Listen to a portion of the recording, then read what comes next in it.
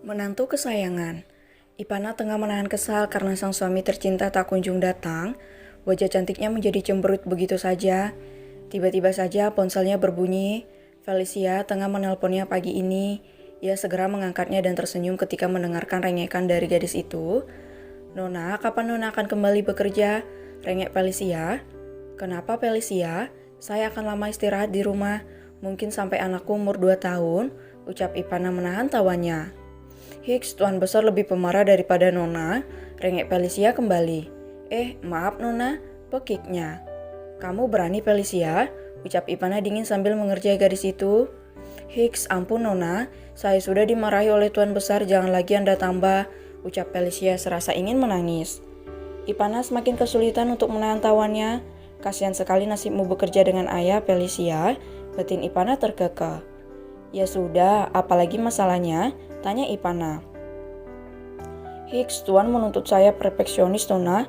Anda kan tahu kalau saya petakilan," ucap Felicia merengek.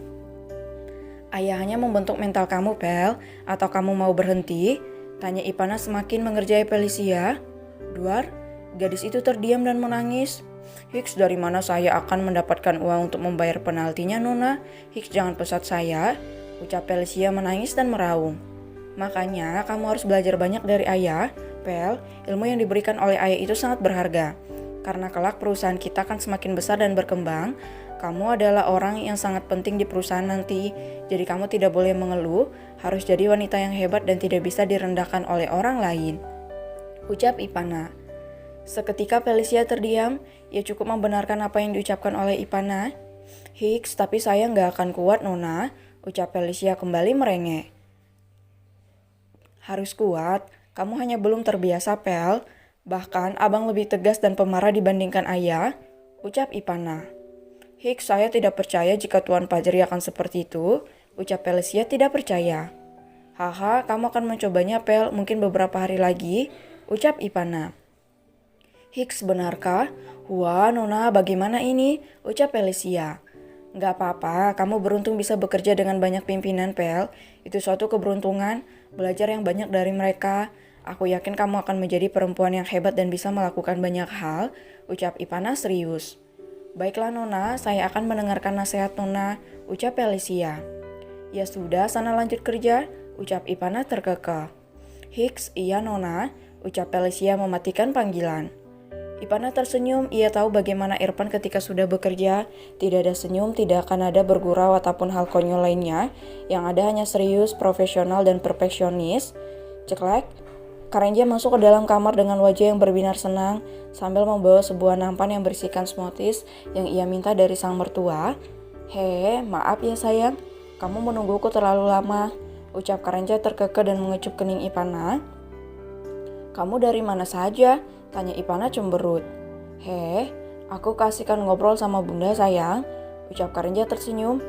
Ini Bunda membuat smoothies, kamu mau coba?" tanya Karenja berbinar.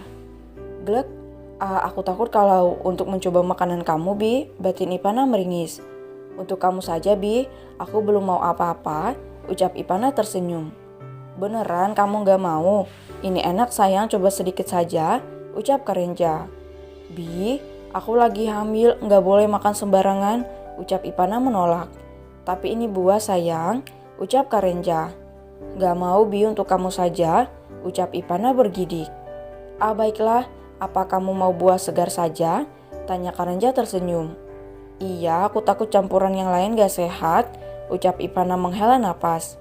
"Baiklah, aku ambilkan dulu buahnya," ucap Karenja kembali turun. "Jangan lama-lama ya," ucap Ipana tersenyum. Karenja tersenyum dan segera keluar ketika membuka pintu yang berpapasan dengan ibu yang hendak masuk. "Ibu kapan datang?" tanya Karenja berbinar. "Baru saja," ucap ibu was-was karena Pak Jira sempat bercerita tentang kelakuan Karenja. "Mau kemana aja?" "Mau ambil buah untuk Nana." "Ibu masuk aja," ucap Karenja tersenyum. "Iya," ucap ibu mengerjapkan matanya berulang kali. "Tumben sekali anak ini tidak mengajakku berdebat," batin ibu. Ia memilih masuk dan melihat Ipana tersenyum menatap ke arahnya. "Ibu," sapa Ipana tersenyum. "Hai nak, bagaimana keadaanmu?" tanya ibu memeluk Ipana. "Baik Bu, ibu bagaimana kabarnya?" Tanya Ipana terkekeh. Ibu baik nak. Maaf ya semalam ibu pulang gak berpamitan sama kamu, ucap ibu tersenyum.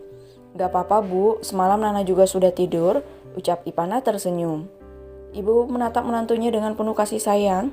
Ibu pikir kamu akan bersikap dingin dan tidak peduli kepada kami, ucap ibu berkaca-kaca mengeluarkan isi hatinya.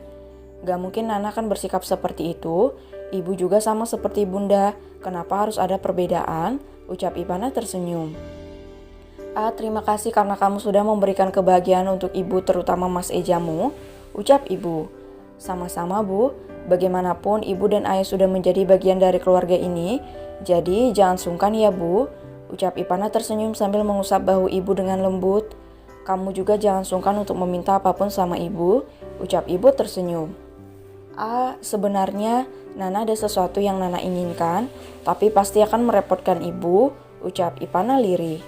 Apa nak? Sini bilang sama ibu selagi ibu mampu, pasti akan ibu penuhi, ucap ibu antusias. Nana cuma mau tidur sambil dielus-elus sama ibu, ucap Ipana tersenyum.